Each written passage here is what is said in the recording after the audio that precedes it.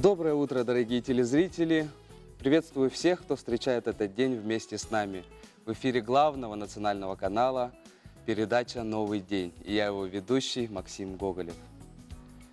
Сегодня на календаре 22 августа. Сегодня отмечается День государственного флага Российской Федерации. Я вас всех поздравляю с этим, друзья! Это наш триколор. На него смотришь с гордостью, с радостью, с восхищением. Так что смело выходите на улицы, фотографируйте, делайте видео с собой и выкладывайте в интернет. Не забудьте поставить хэштег «Мой флаг». А какие же народные приметы на сегодня? Считается, что в этот день молоко коров сосут змеи, поэтому их не выгоняли на пастбище. Некоторые фермеры доили коров отдельно, чтобы на них не наводили порчу. Многие крестьяне пекли блины и оладьи. Это как символ солнца должны были отвести порчу от скотины. На 22 августа особое внимание придавали погоде. Выпал иней, жди богатый урожай в следующем году. Погода ясная, спокойная, значит осень также будет ясной и спокойной. А давайте узнаем мы, какая погода ждет нас на сегодня. По данным Якутского управления по гидрометеорологии и мониторингу окружающей среды, центральные улусы в 6 часов утра 7:12, днем 22:23, Заречье 11:13, днем 22:25, южные улусы 8:09, днем 18:23, Вилюйские улусы 10:13, днем 18:21, Нижнеленские улусы 12:13, днем 22:23. Западные улусы 11:12, днем 17:21. Колымо-Индигирские улусы 3:9, днем 16:24. Янские улусы 5:10, днем 20:21. Северо-западные улусы 8:12, днем 12-17 градусов тепла. В Якутске в 6 часов утра температура воздуха плюс 11 градусов. Атмосферное давление 753 миллиметров ртутного столба. Ветер северо-восточный 2,7 метров в секунду. Днем ожидается плюс 21, плюс 23 градусов тепла. Вот такая погода у нас на сегодня. А далее я передаю слово своим коллегам из информационной службы новостей.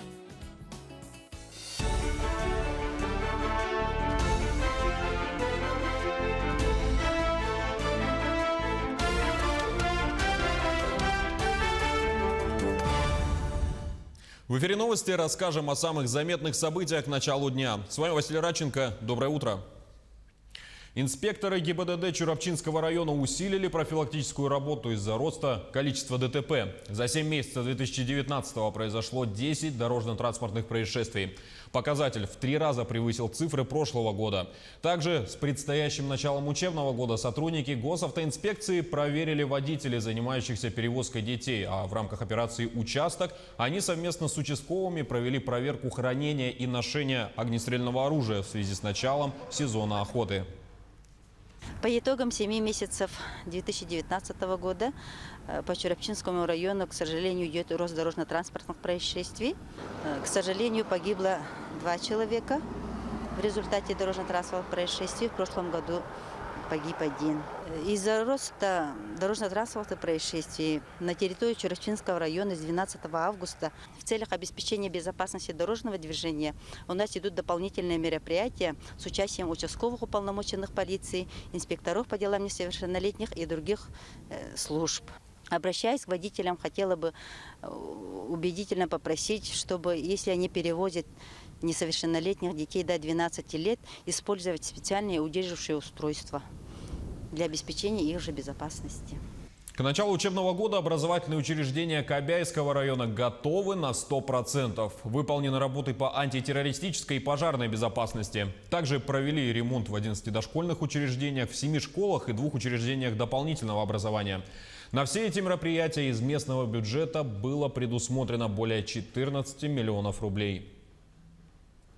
Большие ремонтные работы у нас проведены в 4 школах. Сангарская средняя школа номер 1, где проведены ремонтные работы на сумму более 2 миллионов рублей. У нас в этом году признано аварийным здание Неджилинской средней школы. Половина школы будет, значит, в работе, там все ремонтные работы проведены. И готовится старое здание сельского дома культуры под школу.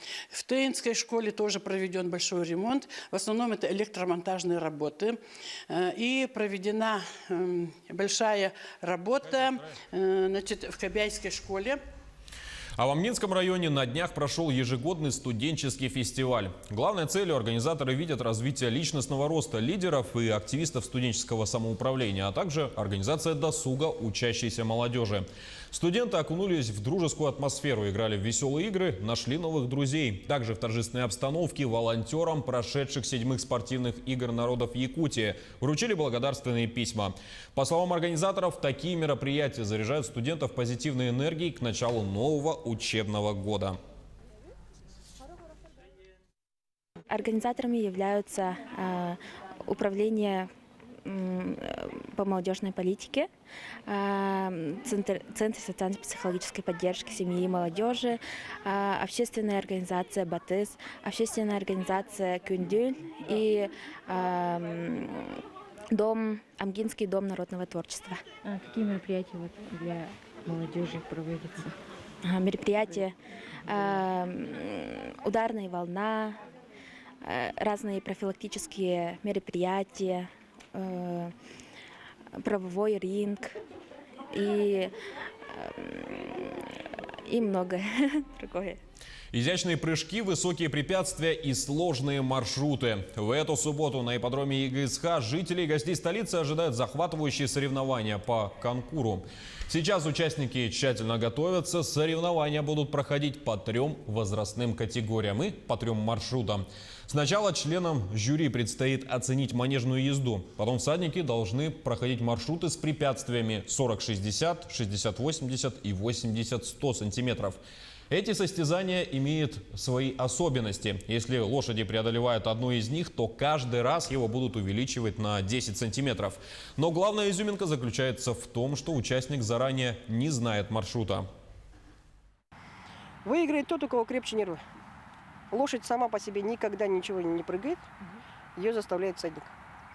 Если лошадь почувствует, что всадник начинает мандражировать, так сказать, то лошадь прыгать не будет.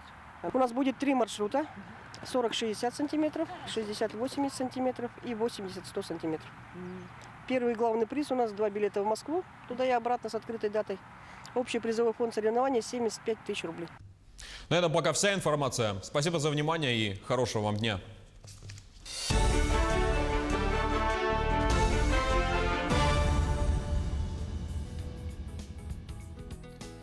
А я напоминаю, что вы можете нам написать на номер 8 914 279 22 62. Далее вашему вниманию наша традиционная еженедельная рубрика «Электронные услуги». Если ваш ребенок становится школьником в 2020 году, то вам будет особенно интересно. Началось в 9 часов по местному времени 19 января для 11 школ и для остальных 32 школ 26 января текущего года. Для подачи электронного заявления необходимо наличие учетной записи и регистрации на портале госуслуг. Запись должна быть подтвержденной, это обязательное условие для того, чтобы успешно пройти регистрацию в электронном виде. Для подачи заявления необходимо пройти на портал, выбрать услугу, регистрация заявлений в 1 класс на будущий учебный год, заполнить все обязательные поля, подтвердить и дать согласие на обработку персональных данных. Далее необходимо нажать на зеленую кнопку с галочкой и нажать на «Зарегистрировать заявление». Родители, законные представители могут в последующем заходить на свой личный кабинет и наблюдать за статусом своей заявки. Далее, в назначенное время родители или законные представители подходят в общеобразовательное учреждение и предоставляют уже оригиналы документов.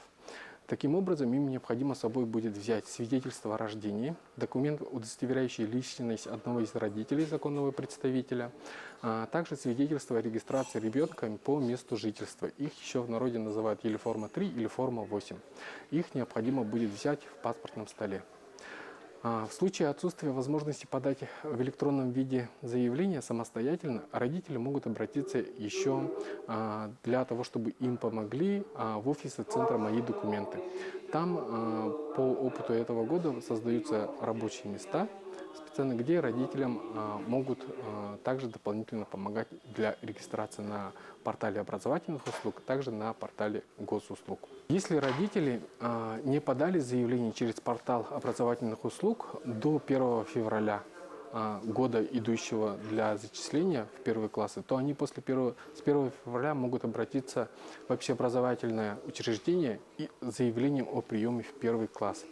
Важно, прием в первые классы осуществляется по регистрации по месту жительства или по месту пребывания ребенка на закрепленной территории до 1 июля текущего года. После 1 июля при наличии свободного места любая школа может принять не по закрепленной территории. Портал принимает заявление в первые классы до 5 сентября текущего года. Затем портал приостанавливает свою работу до приемной кампании следующего года. Напоминаем, что в эти дни в Якутске проходит декада грудного вскармливания. Ведь кормление грудным молоком – это не только питание ребенка. Это и процесс, который закладывает близкие отношения с ребенком. Несмотря ни на что, грудное вскармливание – это самый естественный процесс. Поначалу оно может вызвать очень много трудностей. О том, что происходит с кормлением и о пользе для вас и малыша, и о том, как кормить грудью, более подробно узнаем в следующем сюжете. Первые недели грудного вскармливания – весьма напряженный период. Кормить ребенка весь день напролет совершенно естественно. Но если порой вы чувствуете, что не справляетесь, знайте, вы не одиноки. На базе женской консультации Центра здоровья семьи и репродукции медцентра города Якутска действует школа матери, куда может обратиться каждая семья. Грудное молоко в настоящее время оно очень высоко ценится.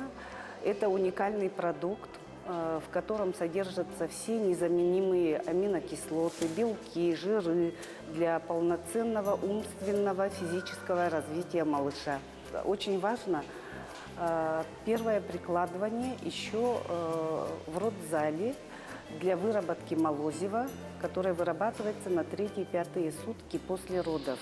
Очень важно правильно прикладывать, от этого зависит тоже результат. Также здесь оказывает психологическую поддержку, информационную и практическую помощь в любых ситуациях, касающихся грудного вскармливания, питания и образа жизни кормящей матери.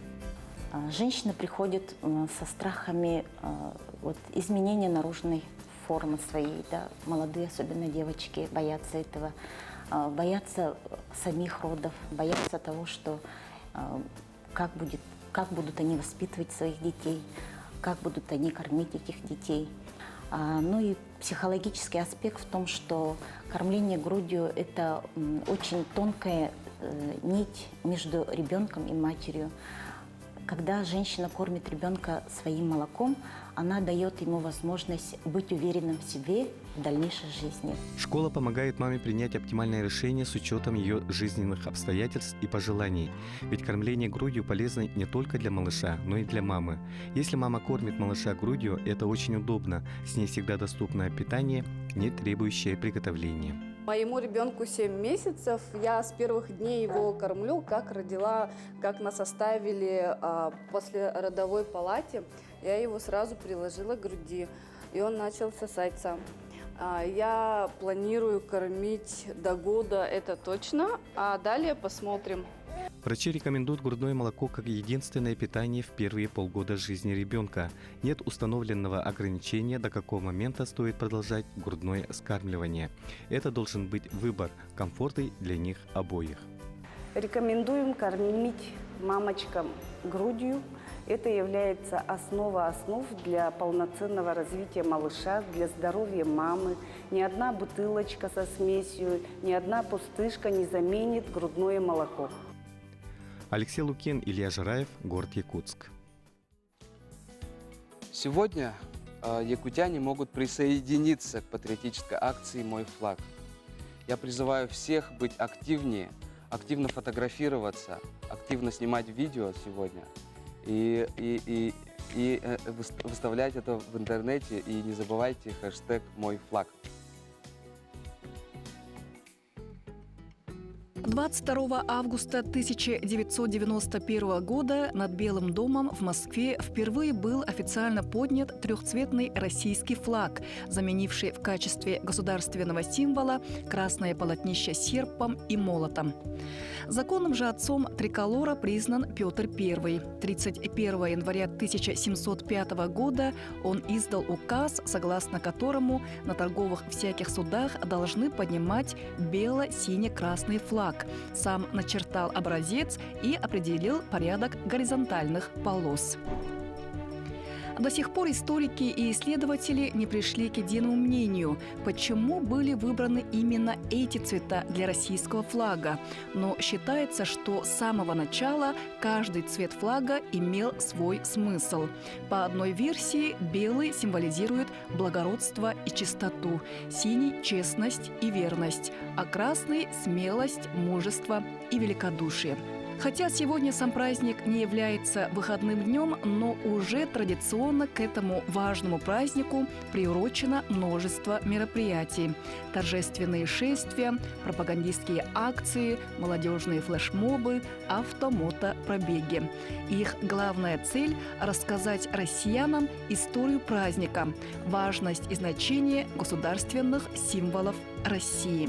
В Якутии же ведущие атлеты запустили флешмоб «Мой флаг» в поддержку сборной России и национального флага страны.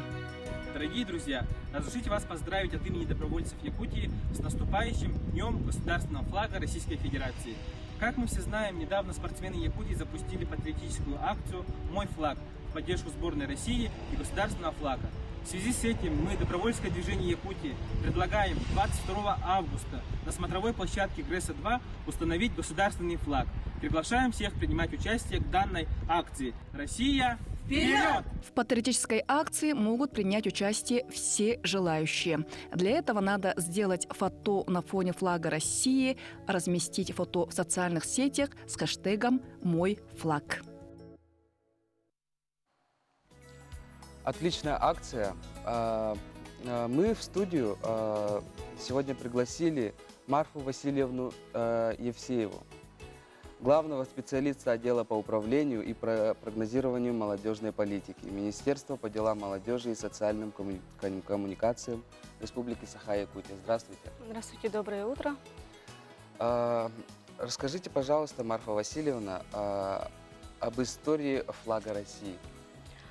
Ну, у нас флаг нашей страны был официально признан в 1991 году, это 22 августа, на съезде народных депутатов. И спустя через 3 года президентом Российской Федерации был учрежден именно государственный праздник. И поэтому дату выбрали сегодняшнюю, 22 августа. Мы всей страной отмечаем этот очень хороший праздник. Да, действительно. Расскажите, пожалуйста, когда появился триколор? Ну вот из истории, если вкратце взять, триколор он появился еще давно, в начале 18 века, может даже еще раньше, да. И вот именно вот эти 3 цвета, они ранее как-то ассоциировались с нашей страной. А вот как я вот уже сказала, да, официально он был признан вот в 1991 году. И ну, значения каждый такого официального нету, именно значения цветов. Есть каждый сам, да? Да, ну он, конечно, есть такие главные, как белый – это мир, синий – это как вера и верность, и красный – это сила. И еще говорят, что это красная кровь, пролитая за страну в Великой Отечественной войне. Скажите, какие мероприятия приурочены в этом году к этому празднику в нашей республике? Каждый год у нас проводится очень много мероприятий. Это Программа у нас по всей республике, она уже проводится 16 августа. Это у нас торжественные линейки, тематические вот встречи. Также проводятся выставки, не только книжные, но и другие, в лагерях, в основном, да. И, конечно, хотелось бы остановиться, да, основные мероприятия наши, они пройдут сегодня. Вот, хотелось бы пригласить всех жителей города Якутска. Это мультимедийный комплекс «Россия. Моя история». Там проводится очень много мероприятий, также будут экскурсии, также будут показательные выступления кинологов, также прыжки парашютистов. Ну, будет очень, так сказать, наглядно, да, очень интересно, особенно для детей. И, конечно же, одним из главных мероприятий это будет торжественные митинги, да, которые официальные торжественные митинги. Они пройдут по всем районам. И у нас также проводится такое единое действие. Это в 10 часов по всей республике поднимут флаг Российской Федерации. В городе Якутске у нас будет на площади Ленина и также на самой высокой точке, это на площадке ГРЭС-2. И там установили новый флагшток. И сегодня в 10 часов торжественно поднимем. Отлично. Одним из важных аспектов нашей жизни является консолидация общества. Как вы думаете, флаг как символ, какую роль может сыграть в этом? Да, флаг как символ нашей страны, он, да, ассоциирует. И хотелось бы вот сказать, да, когда вот наши спортсмены стартовали флешмоб «Мой флаг», они вот свои радостные события, как наша страна получила приглашение на Олимпиаду в Японии, они стартовали вот такой флешмоб, да, потому что спортсмены и флаг – это вот такое… Да, это что-то единое. Да, это единое, когда наши спортсмены будут выступать под своим флагом.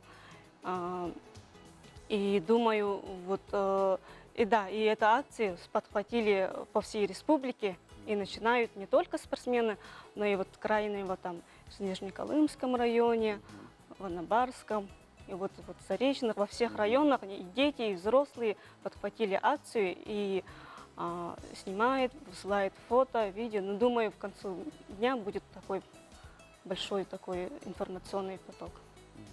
Отлично. Расскажите, пожалуйста, про патриотическое движение. Да, флаг и вот патриотизм, оно так единое, да. В нашей республике есть очень много объединений, да, таких патриотических, детские и общие, да. И одним из таких хотелось бы отметить это новое такое движение, это юноармейское движение. Они вот, в которые могут вступить и дети хоть до 6 лет до 18 лет. Это являются такими, ну вот, да, будущее нашей. Они начинаются не только военно-патриотическим, такие спортивные мероприятия, да, но именно вот из истории и все такое, да. И также хотелось бы отметить еще нашу вот организацию «Волонтеры Победа». Сейчас добровольчество в нашей республике очень так развивается. Да, призываем наших, да, вступать туда. Добровольцев, который может вступить каждый желающий, независимо от возраста. И «Волонтеры Победа», их именно цель – это участвовать в таких мероприятиях, таких государственных праздниках, памятных датах и, конечно же, связанных с победой в Великой Отечественной войне. И да, хотелось бы таким моментом призвать всех районов присоединиться к данному движению «Волонтеры Победа». И вот в следующем году у нас как раз юбилейная дата такая, большая, 75-летие Великой Отечественной войне. И хотелось бы призвать всех включиться в такое движение. Быть активнее. Да. Я знаю, что очень много мероприятий проводится, можно вот как добровольцам тоже. Да. выступать. Так, Марва Васильевна, большое спасибо за очень интересный разговор. Пожалуйста. До скорых встреч. До свидания. Национальный парк Ленские столбы получил федеральный статус и переходит в ведение Министерства природы Российской Федерации. Так, из федерального бюджета предусмотрено около 140 миллионов рублей. Ленские столбы являются национальным достоянием Якутии. Природный парк ежегодно собирает многочисленное количество туристов. По словам сотрудников парка, с каждым годом наплыв туристов становится все больше не только в летний период, но и зимой. Территорию парка ежегодно посещают около 35 тысяч человек. В этом году национальный парк Ленские столбы получил федеральный статус и переходит в ведение Министерства природы Российской Федерации. В связи с повышением статуса в разы увеличился объем финансирования учреждения. На создание национального парка Ленские столбы предусмотрено около 140 миллионов рублей. Для сравнения, для содержания парка из республиканского бюджета ежегодно предусматривали 17 миллионов рублей. Открытие парка позволит обеспечить возможности для развития экологического туризма. При обустройстве инфраструктуры и соответствующем финансировании поток экотуристов может возрасти в 2-3 раза. Стоит отметить, что созданием национального парка Ленские столбы занимались еще с 90-х годов прошлого столетия. И на этом я с вами прощаюсь. Пусть этот день подарит вам много радости и позитива. Также напоминаю, чтобы вы не забывали ставить хэштеги «Мой флаг». До следующего эфира.